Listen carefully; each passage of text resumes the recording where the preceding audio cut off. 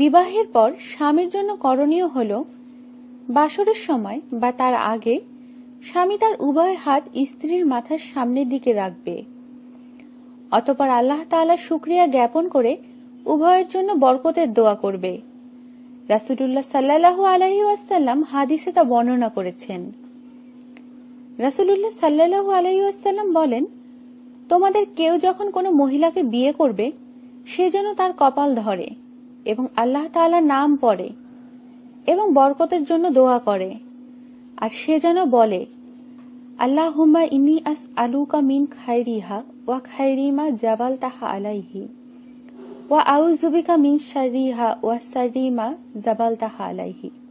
অর্থ, হে আল্লাহ, আমি আপনার কাছে তার কল্যাণ ও যে কল্যাণের উপর আপনি তাকে সৃষ্টি করেছেন তা প্রার্থনা করছি, আর তার অমঙ্গল ও যে অমঙ্গলের উপর তাকে সৃষ্টি করেছেন তা থেকে আপনার কাছে আশ্রয় প্রার্থনা করছি।